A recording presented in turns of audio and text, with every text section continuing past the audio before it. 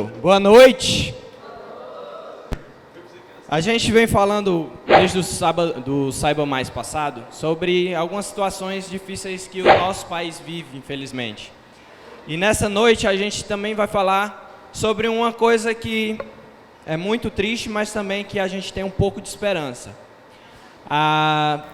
Essa realidade, ela afeta milhares de famílias e ela não se restringe a famílias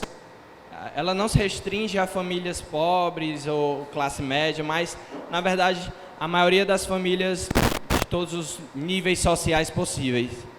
E essa realidade é uma realidade muito dura na sociedade, que é o uso de substâncias ilícitas. Substâncias essas que levam, ilícitas e, na verdade, lícitas também, elas levam à adicção e tornam o ser humano escravo dessa substância. E, infelizmente, essa adicção ela leva milhares de vidas todos os anos aqui no nosso país, em todos os países do mundo, à morte. E muitas vezes a morte muito cedo. Contudo, como eu disse, ainda há esperança. E é por isso que hoje à noite nós vamos falar com o grande Tiago Aragão.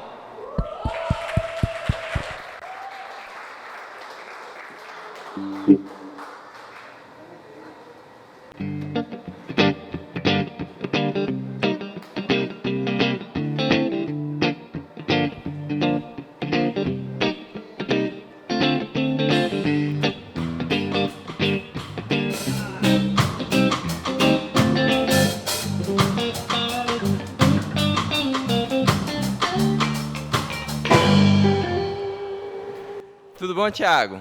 Tudo bom? Boa noite a todos. Boa noite. Tiago, a gente sabe que você, infelizmente, teve esse contato quando você era mais jovem com essas substâncias ilícitas, né? E o que a gente gostaria de saber, Tiago, primeiro, é se você, com quantos anos você teve esse primeiro contato e através de quem? Como é que foi esse contato com a droga? O meu primeiro contato com droga, que foi droga lícita, né, que foi o álcool, foi aos 14 anos de idade. Né, eu tinha muita dificuldade de relacionamento, eu não pertencia a nenhum grupo. Né? E aí, certo dia, conheci alguns amigos e eles decidiram comprar bebida e eles não tinham coragem de comprar, nós éramos todos crianças. E eu decidi fazer isso. Era o bichão. Eu fui ser o bichão. Você é o bichão mesmo, hein, doido? Eu fui lá no bar e comprei a bebida e fui o primeiro a beber. E eu percebi que naquela hora eles começaram a deixar que eu participasse daquele grupo ali. Né? E eu penso que essa entrada na vida do uso de álcool e drogas realmente foi porque eu encontrei naqueles amigos o carinho, o afeto que eu tanto buscava. Né? Então, comecei com 14 anos dessa forma e o uso de drogas, ele é progressivo. Né? Então, eu comecei bebendo e depois comecei a fumar cigarro de tabaco. Depois comecei a fumar maconha, depois comecei a entrar nos comprimidos psicotrópicos, né? E aí, daí por diante, começou o terror na minha vida, né? Imagino. Tiago, e assim, no começo, pensando assim nos teus relacionamentos, com tua família, com os teus amigos, no começo do teu uso, durante o teu uso, e graças a Deus agora, quando você já está livre há tanto tempo. O que é que mudou, o que é que aconteceu com os teus relacionamentos, principalmente dentro da tua casa, que é o pessoal mais próximo? No começo do meu uso de drogas, né, o meu relacionamento em casa ele era estável, né, era tranquilo, até porque eu omitia isso. Né, eu não fazia na frente dos meus pais, ou eu não fazia com que eles soubessem disso. Né, tinha os meus irmãos ali comigo. Eles também usavam bebida, né? Eu tenho mais 2 irmãos, mas só que quem usou drogas fui eu, né? Os 2 eles bebiam, né? Então a gente fazia ali um acordo de convivência para que a gente pudesse cada um ir para o seu canto, beber, né, curtir e fazer com que os nossos pais não soubessem disso, né? Só que chegou um estágio que ficou insustentável, não teve mais como eu esconder de ninguém, né? E aí começou uma fase muito difícil na minha casa, porque eu comecei a me tornar muito rebelde, né? Eu comecei a querer uma independência, mas uma independência para eu poder fazer as coisas que eu queria fazer e não ter ninguém para dizer que não podia, né? E aí, como eu trabalhava com o meu pai, né, eu tirava dinheiro dele, eu roubava ele, né, porque eu precisava usar droga, né, e eu precisava sair, curtir, isso tudo gerava dinheiro, né, e daí começou a aflorar em mim alguns defeitos de caráter, né, que um deles foi a mentira e a manipulação, né. Meu pai perguntava, como é que tu vai para tanto canto e não gasta dinheiro? Eu disse, cara, eu vou ali, compro 1 litro de cachaça e um refrigerante e uma carteira de cigarro aqui e pronto, passou a noite todinha. Só que era mentira, né? E aí, né, depois da minha recuperação, né, graças a Deus, não só eu entrei em recuperação na minha casa, mas tanto os meus irmãos na parte da bebida, como o meu pai e a minha mãe na questão da codependência, né? O codependente, ele é aquela pessoa que que convive diretamente com o usuário, que sofre ali, né? A gente costuma dizer que ele sofre até mais do que o usuário, porque o usuário está anestesiado ali com a substância e a família está sofrendo tudo de cara, né? Os dois sofrem, mas a família sofre, eu penso que sofre muito mais, né? Então, eles entraram em recuperação na questão da codependência e nós começamos a acertar as contas, né, a dizer onde doía, a dizer o que incomodava, e aí começar uma convivência nova, um relacionamento novo. Entendi. Tiago, e esse processo de recuperação, ele é um processo... tu tem como explicar para a gente como acontece esse processo de recuperação? Com certeza. O meu processo de recuperação, eu passei por uma comunidade terapêutica, né, que é o Lar da Paz. E o início do processo de recuperação realmente parte da pessoa, não tem como partir de outro, né? Eu tenho que reconhecer que a minha vida ela não está indo por um caminho muito legal, né, que está destruindo tudo, e que o meu desejo de parar, ele tem que ser maior do que o meu desejo de usar. Né? A gente costuma dizer na recuperação que eu só paro quando a dor é maior do que o desejo de mudar. Então, eu penso que parte daí.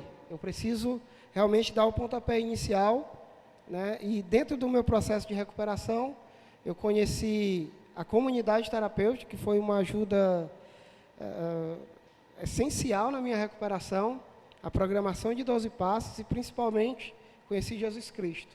Muito bom. Né? Massa. Tiago, a gente sabe que você é formado em serviço social, né? E já fez curso de coordenador, de monitor de casa terapêutica. Então, a gente sabe que você tem essa experiência com comunidade terapêutica. Contudo, a gente, assim, na minha família, a gente teve experiência com uma pessoa da minha família que tornou-se adicto de várias substâncias também. E ele tentou entrar numa comunidade terapêutica, mas ele não teve sucesso, ele saiu antes do tempo. Mas, graças a Deus, hoje ele, pela misericórdia de Deus, ele conseguiu se recuperar. Tá?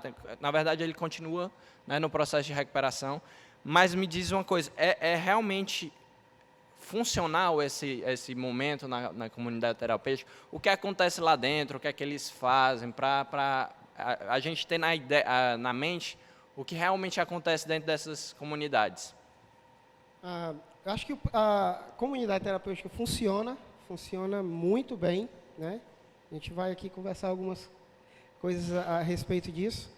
Mas a comunidade terapêutica, ela é, como o nome já diz, uma comunidade de pessoas que estão ali com a intenção de parar o uso de drogas, mas aprofundar mais esse processo, né? Então, quando nós entramos dentro de uma comunidade terapêutica, a gente disse que a gente vai aprender uma nova maneira de viver, né? Então, dentro da comunidade, nós começamos a ter responsabilidades, Nós começamos a ser responsáveis por tarefas, né? E tem disciplina, e tem horário.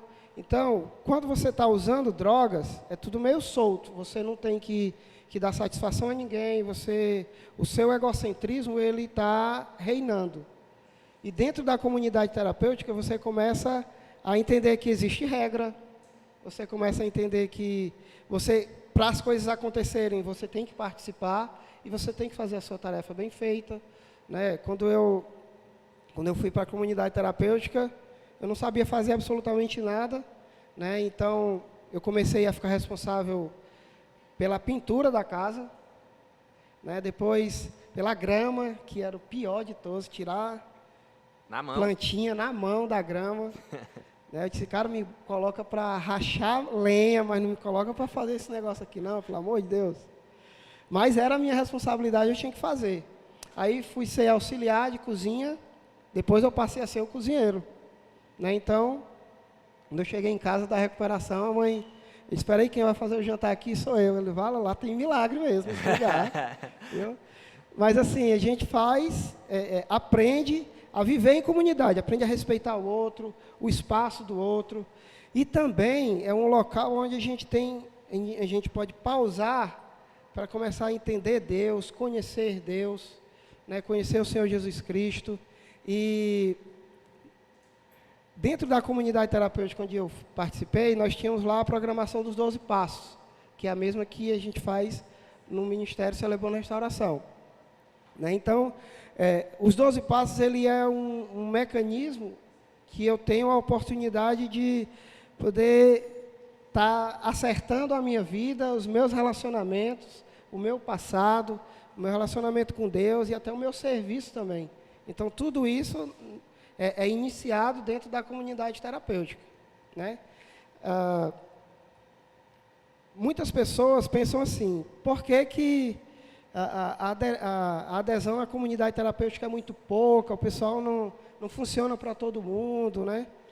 Eu penso da seguinte forma, eu tenho um amigo hoje, que ele está limpo, né, há alguns anos, e ele passou por comunidade terapêutica 15 vezes, 20 vezes, né?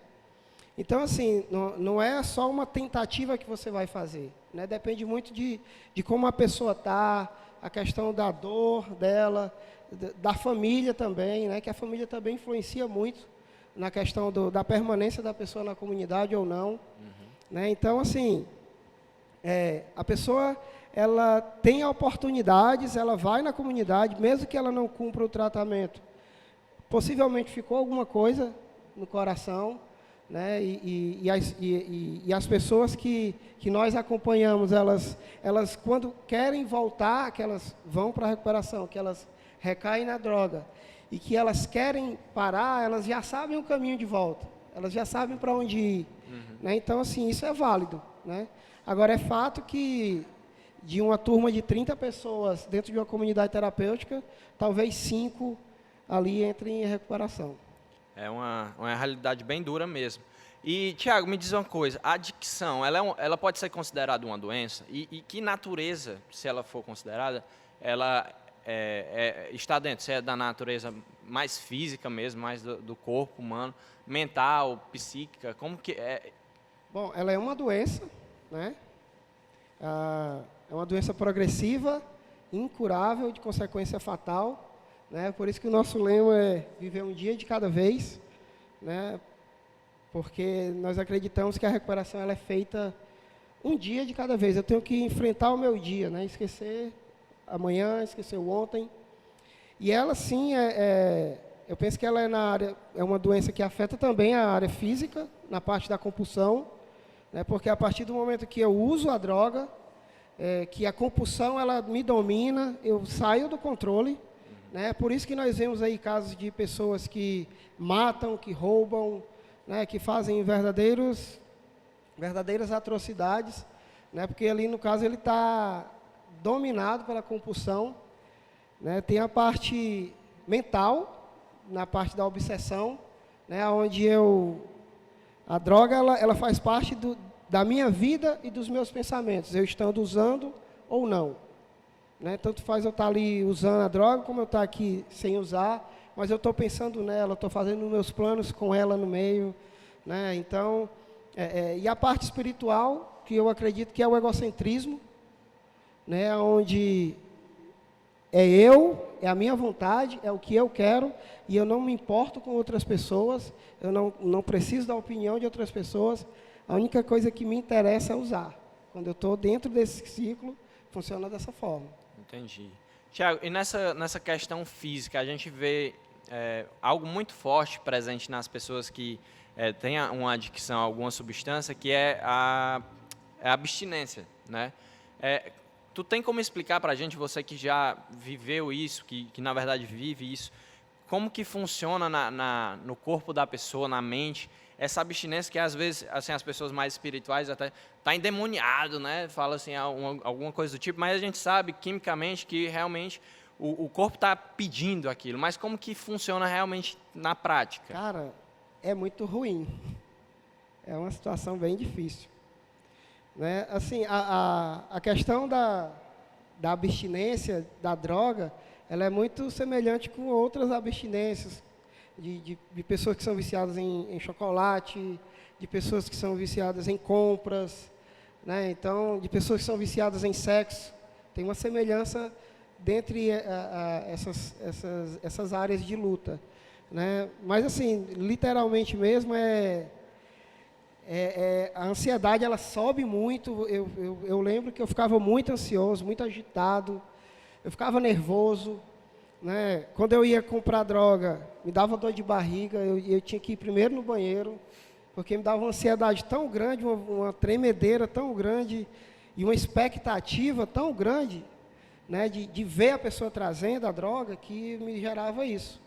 Mas a abstinência pior, que no caso é a abstinência mesmo, quando a gente deixa o uso. Né? Os primeiros, é por isso que dentro de uma comunidade terapêutica, a atenção maior para a pessoa é nos primeiros 45 dias dela. Porque ali, todos os sintomas físicos que a droga causa vão estar aflorando ali. Né? Então, nervosismo, algumas pessoas entram em depressão, outras pessoas choram sem motivo, né? Outras pessoas saem correndo, já vi companheiros sair correndo, quebrar cadeira, e assim, de pessoa para pessoa é um pouquinho diferente. Né? Mas eu ficava muito triste, eu dizia, eu não vou conseguir, eu não vou aguentar, eu sonhava com droga, eu sentia o gosto na minha boca, né? Então, é muito ruim. É muito ruim esse negócio. Mas foi legal que você disse que muita gente tem adicção e não sabe, né? De chocolate, compras. Então é bastante legal.